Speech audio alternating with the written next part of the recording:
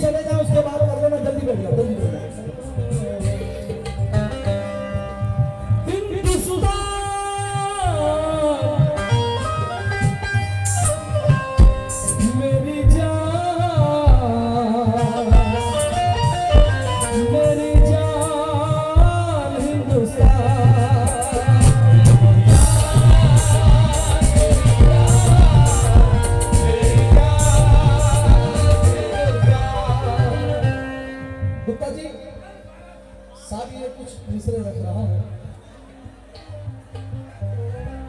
फिलहाल यहाँ जितने लोग हैं सगले मोहतरम, ना कोई हिंदू है, ना कोई मुसलमान है, ना कोई सिख है, ना कोई ईसाई है।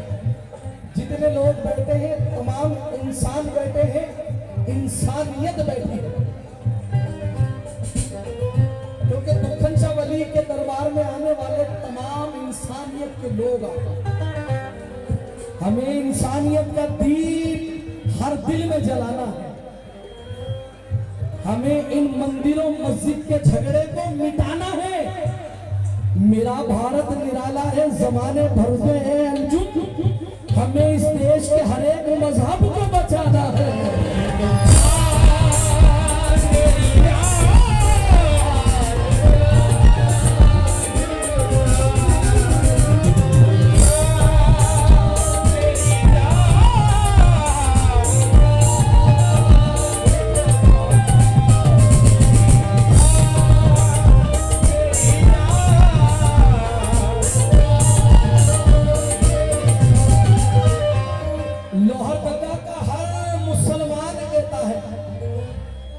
हुए भारत में हम पैदा, मेरी पहचान लिख देना है। हम औलाद आदम, इसीलिए इंसान लिख देना। मोहब्बत है हमें ख्वाजा मोइनुद्दीन चिश्ती से, हमारी कब्र पर ख्वाजा का हिंदुस्तान लिख देना।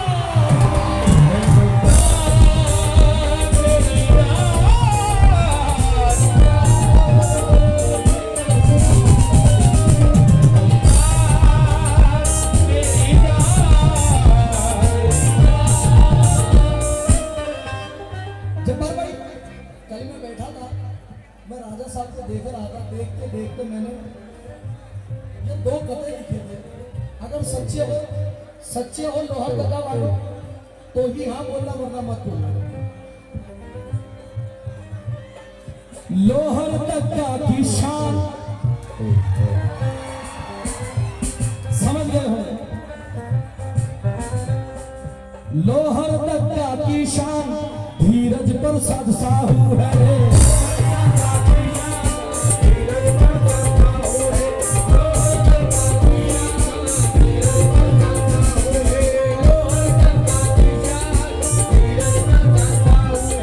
लोहर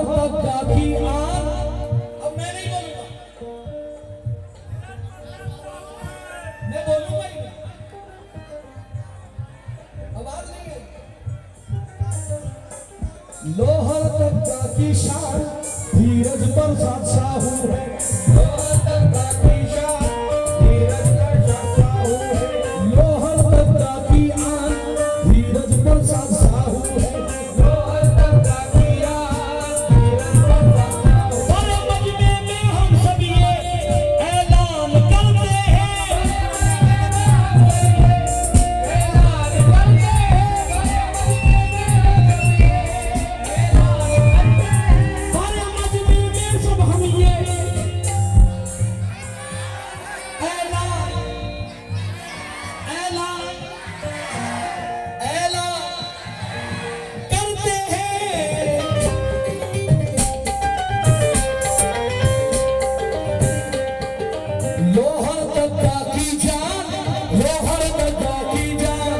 धीरज पर साधु है।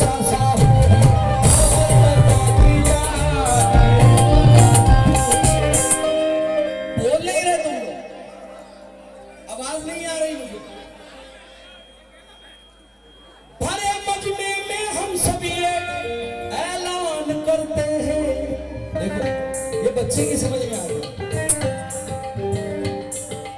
लोहर दगा की जान,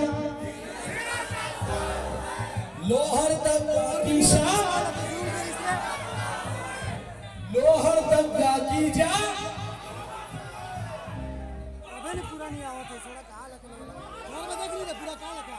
अरे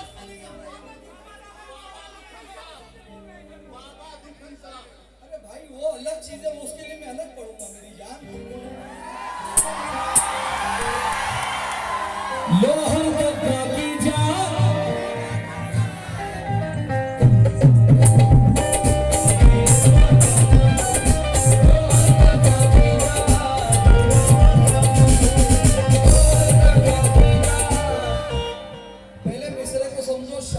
शहंशाह में फर्क होता है मेरी जान। दुखनचा वली शहंशाह है लोहा डग्गा, समझा करो यार। अल्लाह ने इतना शऊर हमको भी दिया है। खाली खड़े हो जाते बोलने के, वरना बुलाया मत करो फिर।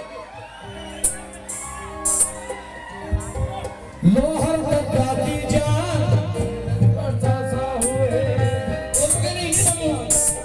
लोहर डग्गा की जान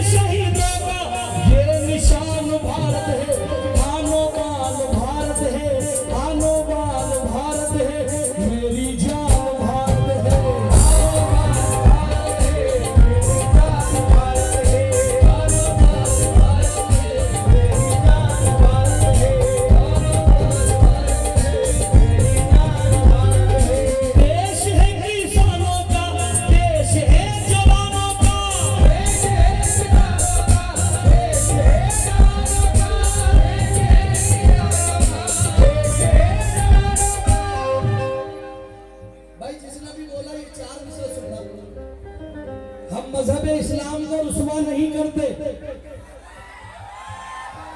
हम झूठे खुदाओं पे भरोसा नहीं करते, हम जान तो देते हैं हक बात पे अंजुम, लेकिन कभी ईमान का सौदा नहीं करते।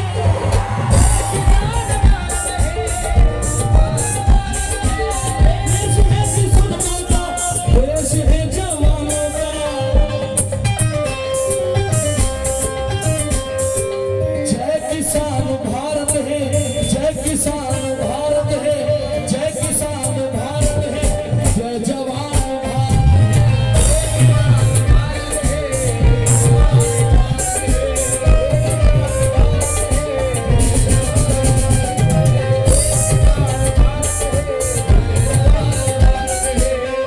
ये मिसरा पढ़कर मेरी बात खत्म कर रहा हूं। ये ऊपर वाला रंग कौन सा है भाई? केसर, बीच में सफेद, नीचे हरा। तीन रंग का परचम ये बता रहा है हमको,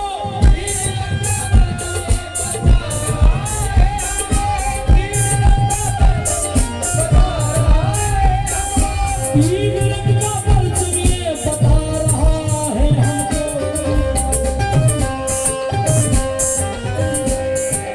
धर्म जाति मजहब का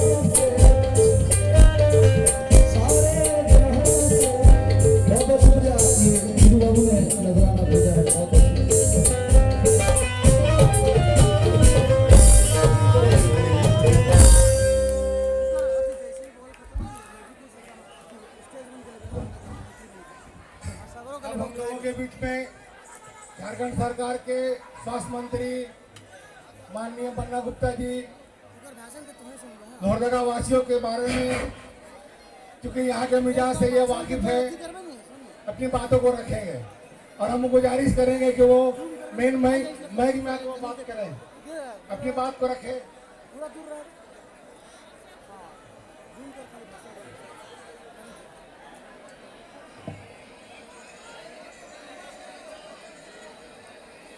मौजूद हजरात, जरा बराए मेहरबानी जरा शांति रखेंगे तो बात को कहूंगा।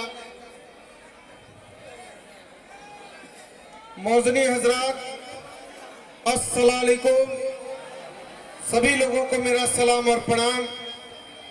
सदर मोहतरम हाजी कुरैशी साहब, सफदर आलम साहब, हमारे नजीम भाई और इस क्षेत्र के लोकप्रिय सांसद बड़े भाई धीरज साहू जी, अशोक यादव जी और यहाँ कवाली में उपस्थित हमारे तमाम कवाल साहब और इधर उपस्थित हमारे अमन आइन अखलाक मोहब्बत पसंद नौजवान साथियों, बुजुर्गों, आप सभी लोगों को दुखन साहब बाबा के इस सालाना उर्स के इस मुबारक अवसर पर मुबारकबाद पेश करने आया हूं और बहुत दूर से जमशेदपुर से चलकर आया हूं और आप सभी लोगों को बहुत बहुत मुबारकबाद पेश करता हूं।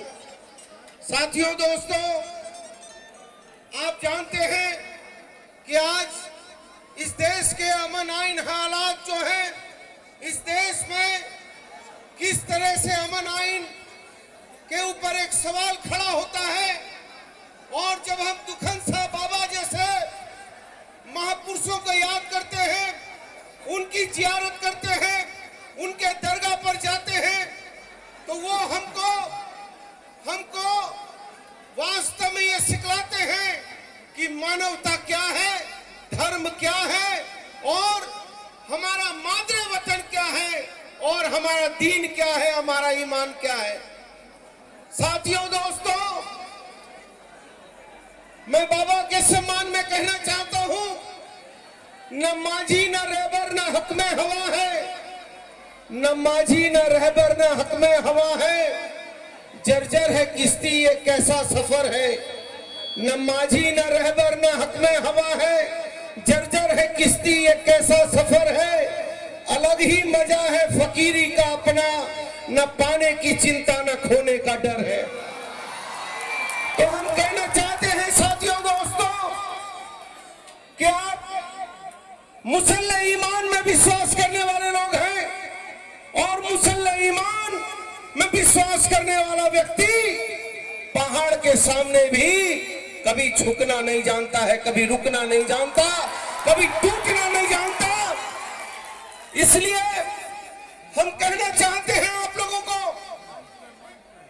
कि आज जो हालात हैं वो हालात ठीक कहा है कवाल साहब ने और मैं उनकी बात से सहमत हूं कि यहाँ बैठा हुआ एक एक आदमी हिंदू मुसलमान से ऊपर उठकर मादरे वतन के बारे में विचार करे, क्योंकि आज स्थितियां ऐसी हैं कि मादरे वतन को तोड़ने की साजिश हो रही है।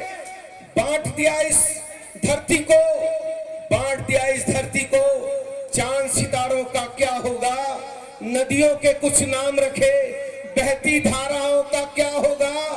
शिव की गंगा भी पानी है, शिव की गंगा भी पानी है, आबे जमजम भी पानी है, मुल्ला भी पिए पंडित भी पिए, पानी का मजहब क्या होगा, पानी का मजहब क्या होगा। पूछो इन फिरका परस्तों से, पूछो इन फिरका परस्तों से, क्या सूरज नया उगाओगे। पूछो इन फिरका परस्तों से, क्या सूरज नया उगाओगे। एक हवा में सांस है सबकी, क्या हवा भी नहीं बहाओगे। नस्लों का करे जो बंटवारा, नस्लों का करे जो बंटवारा, वो रहबर कौम का ढोंगी है। क्या खुदा ने मंदिर तोड़ा है या मस्जिद तोड़ी है। इसलिए साथियों, मैं आपसे कहना चाहता हूं, हजरत मूसा अलैहिस्सलाम का आपने नाम सुना है। हजरत मूसा अलैहिस्सलाम से एक महिला ने पूछा कि आप तो खुदा के नेक बंदे हैं और आप खुदा के नेक बंदे हैं, आप मुझे बताइए कि हमको औलाद का सुख है कि नहीं है। हजरत मूसा अलैहिस्सलाम ने कहा कि तुमको औलाद का सुख नहीं है। औरत हताश हुई, निराश हुई और वो दुखी होकर अपने घर में चली गई। कुछ समय के बाद उसी रास्ते से एक फकीर गुजर रहे थे और फकीर ने आवाज दी कि जो एक रोटी देगा उसको औलाद होगी। महिला का दिल माना नहीं और महिला बाहर निकली और उस फकीर की कटोरी में रोटी रख दी। फकीर ने दुआ की और कुछ समय के बाद उस महिला को कई औलाद हो गई। और उसके बाद कुछ समय के बाद हजरत मूसा अलैहिस्सलाम उसी रास्ते से गुजर रहे थे तो देखा बहुत प्यारे प्यारे बच्चे खेल रहे हैं। उन्होंने बच्चों को प्यार किया और पूछा कि तुम्हारी अम्मी कौन है। अम्मी भी दौड़ी दौड़ी आ गई और अम्मी आते हुए हजरत मूसा अलैहिस्सलाम से कहा कि हजरत साहब, आप याद कीजिए, मैंने आपसे पूछा था कि मेरी औलाद होगी कि नहीं, मुझे औलाद का सुख है कि नहीं। आपने कहा औलाद का सुख नहीं है। ये जिन बच्चों को आप प्यार कर रहे हैं ये मेरी ही औलाद है। आपने मुझसे झूठ कहा था हजरत साहब। हजरत साहब को बड़ा दुख हुआ। उन्होंने अल्लाह ताला को याद किया कि अल्लाह ताला, जब औलाद देनी ही थी तो मुझे गुनहगार क्यों बना दिया। अल्लाह ताला ने कहा कि ठीक है, तुम एक काम करो, जाओ जाकर एक फकीर है। नहीं, अल्लाह ताला ने कहा कि तुम जाओ जाकर मुझे इंसान का गोश्त ला कर दो। हजरत मूसा अलैहिस्सलाम दरवाजा दरवाजा भटकते रहे और लौट कर आए। कहा अल्लाह ताला कोई गोश्त देने को तैयार नहीं है। कहा अच्छा ऐसी बात है, ठीक है कोई बात नहीं है, तुम जाओ 7 समुद्र पार एक फकीर है, उस फकीर को कहना कि अल्लाह ताला ने भेजा है। और जब फकीर के पास हजरत मूसा अलैहिस्सलाम पहुंचे और फकीर को कहा कि अल्लाह ताला ने भेजा है और मुझे इंसान का गोश्त चाहिए, तो फकीर ने कहा, पूछा कि अल्लाह ताला ने कहाँ का गोश्त मांगा है। कहा ये तो अल्लाह ताला ने नहीं बताया है। पहले फकीर ने अपने बाजू का गोश्त काट कर उस कटोरे में दे दिया और जब हजरत साहब चलने लगे तो फकीर ने सोचा कि पता नहीं इससे सुन्नत क्या होगा कि मालिक ने ही मुझसे कुछ मांगा है। ये सोचकर फकीर ने अपने शरीर का सब जगह का थोड़ा थोड़ा गोश्त उस कटोरे में डाल दिया। और जब हजरत साहब लेकर अल्लाह ताला के पास पहुंचे, अल्लाह ताला ने पूछा कि भाई गोश्त ले आए। कहा ले आया हूं। कहाँ का गोश्त लाए हैं। कहा ये तो आपने नहीं बताया था। और पहले फकीर ने अपने बाजू का गोश्त काटकर इस कटोरे में दिया है और उसके बाद में उसको लगा कि ये सुन्नत है कि ये मालिक ने भेजा है, उसने अपने शरीर के सब जगह का थोड़ा थोड़ा गोश्त दे दिया है। आप इस गोश्त को स्वीकार कीजिए और मेरे सवाल का जवाब दीजिए। अल्लाह ताला ने पूछा कि तुम क्या जानना चाहते हो। हजरत साहब ने कहा कि जब आपको औलाद देनी थी तो मुझे गुनहगार क्यों बना दिया।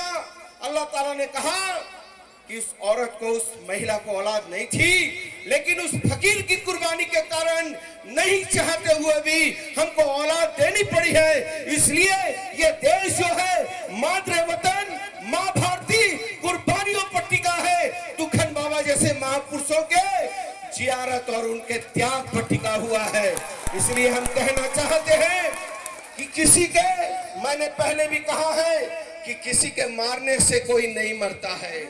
आऊज़ु बिल्लाहि मिनश शैतानिर बिस्मिल्लाहिर्रहमानिर्रहीम ला इलाहा इल्ला अंता सुब्हानका इन्नी कुन्तु मिनश जालिमीन। इसलिए मालिक की बिना मर्जी के एक पत्ता नहीं हिल सकता है। मालिक की बिना मर्जी के एक दरख्त का पत्ता नहीं हिलता। आपके और हमारे अंदर रूह नहीं रह सकती है। वतो इच्चू मंतशा वतो जिल्लू मंतशा, वो शोहरत और जिल्लत वो मालिक देने वाला है। इसलिए डरने की जरूरत नहीं है। और जो कौम शहादत को इबादत मानती है वो कौम कभी डरने वाली नहीं है। हम कहना चाहते हैं कि दरिया तेरी खैर नहीं, बूंदों ने बगावत कर ली है। नादान समझ बुज़दिल इनको लहरों ने बगावत कर ली है। हम परवाने हैं मौत समा, मरने का किसको खौफ यहाँ। रे तलवार तुझे झुकना होगा, गर्दन ने बगावत कर ली है, गर्दन ने बगावत कर ली है। इसलिए साथियों दोस्तों, ये देश आइन से चलेगा, ये देश ईमान से चलेगा, ये देश मोहब्बत और अखलाक से चलेगा। ये देश कभी खंजर के जोर पर नहीं चल सकता है, क्योंकि ये देश में सूफी संत महात्माओं ने जन्म लिया है। ये देश की माटी को हमारे वीरों के खूनों से सना गया है, इसलिए ये शहादत की माटी है। और कहा जाता है कि करबला के मैदान में जब इस्लाम करबला के मैदान पहुंचता है, इस्लाम जीवित हो उठता है। इसलिए ये शहादत और इबादत के लिए हम ऐसे महापुरुष को, ऐसे सूफी संत को जो है उनके दरगाह पर आए हैं जियारत करने के लिए, कि लोगों में सद्बुद्धि दे, ईमान दे, धर्म दे और हर आदमी को जीने का अधिकार दे। यही आशा विश्वास के तहत, चूंकि जमशेदपुर में बहुत बड़ा कार्यक्रम है और उसमें सुबह 4 बजे से कार्यक्रम चालू होंगे और यहाँ से जाने में भी मुझे 5 घंटा का वक्त लगेगा। मैं इंशाल्लाह फिर कभी आपके बीच में आऊंगा और आपके साथ मैं जो है एक रिश्ता बनाना चाहता हूँ।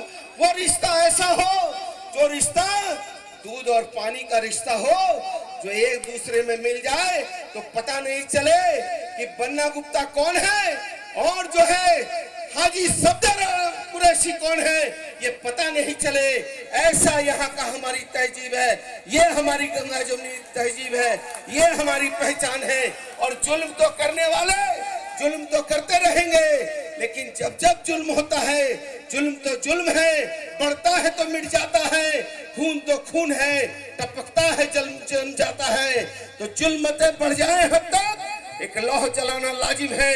जब हाकिम ही गुमराह करे आवाज उठाना लाजिम है, और हाकिम से कातिल हो जाए, हर लब पर पहरा हो जाए, सहमी सहमी गलियां हो, खौफ का आलम गहरा हो, आवाज उठाना लाजिम है, आवाम जगाना लाजिम है। जब कातिल निकले सड़कों पर, मुंसिफ भी घबराने लगे, और जब अपने ही आग लगाने लगे तो आओ आवाम को जगाओ और देश की सत्ता को पलटी करो और इस देश की गंगा जमुनी तहजीब को कायम करो। यही आशा विश्वास के साथ आप सभी लोगों को मेरा प्रणाम, सलाम, धन्यवाद, शुक्रिया।